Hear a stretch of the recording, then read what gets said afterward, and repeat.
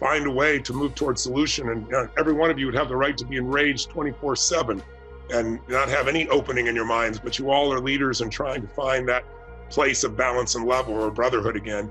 Charlemagne, to clean it up, what would you like white folks to know? What do you want the world to know? What do you want them to do, brother? Oh man, I think as long as we live under a mechanism of white supremacy, we're gonna always be oppressed. I mean, that's the whole point of systemic racism, is for America to keep its knee on the neck of black folks. Institutional racism is gonna always exist because you're gonna always have individuals who are prejudiced in positions of power. Systemic racism is gonna always exist because you got certain policies and practices that just run deep in society, really deep in America. So, until you have white people who want to use their privilege to combat prejudice and who are intentional about dismantling the mechanism of white supremacy, I'm just not sure things will ever change.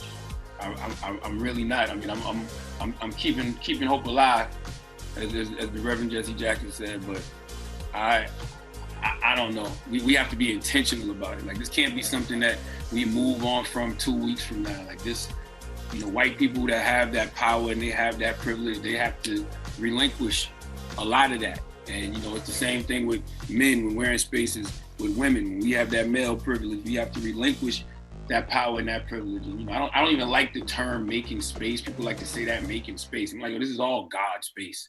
So I don't like to say make space. Like, let's share what God has here for all of us. Cause I can't make space for you. God already made the space. Let me learn to share it with you, because I don't want to look down on you. I don't want to look up at you. I want to look, right into your eyes. So yes, yeah, I think we just got to be intentional about dismantling all of these wicked systems, man, but especially the system of white supremacy and systemic racism. Because even when you talk about the book of Revelations, everybody's like, oh, it's the end of the world. I don't think it's the end of the world. I just think it's the end of a system. I think it's the end of a wicked system. So once again, leaning back to God, that's what gives me hope that, there are systems that come to an end and God-like great systems take their place. And I think this is one of those times. Well, thank you. I just want you to know, I'm one human being. I'm certainly not everything, but it's these conversations that can open people's eyes and hearts. It's these conversations called to the spirit or the soul of a human being, because we want anybody we love to suffer, and we're part of the same family. So we're going to also work to put this in schools so that your voices will be heard from the raw, real place they are, both with the concern and the pain and the hurt, and also the way forward. It's not an easy way. It's not a straight line. There's nothing in nature is a straight line. We see a straight line, a human drew it. Nature is up and down and around, but it feels like, and I sure pray to God that it is for all benefits, for all humanity, that we've hit that tipping point, we move forward. And I have sincerely apologized to all of you, not for me, but for any white person that's ever suppressed or pushed back or not shown you the love or respect that each of you deserve as just the dignity of being a human being. And I thank you for all the fights you've pushed through. I thank you for your perseverance. I thank you for your taking the time today out of your busy time to schedule your deepest feelings and share those, and to share what you think are ways forward.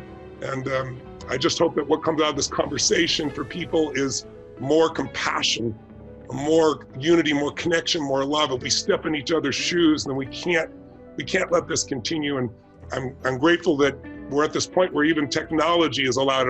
I saw somebody write that, racism isn't increasing or decreasing, it's just being filmed more.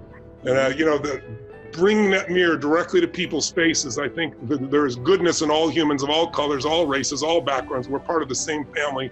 And all of you have contributed so much in your lives already. And my prayer is that you'll continue to do the good work you're doing. And I hope you all know that you can call upon me in any way I can help you or your family, or Charlemagne, a friend like that in the future. I'm dedicated and devoted to your well-being, as I would any other brother or sister on the planet, but especially all of you that have been through so much and are given so much back. So thank you. God bless. Thank you. Bye-bye. Thank you, Tony.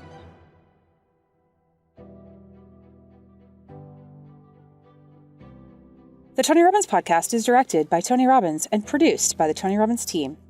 Copyright Robbins Research International.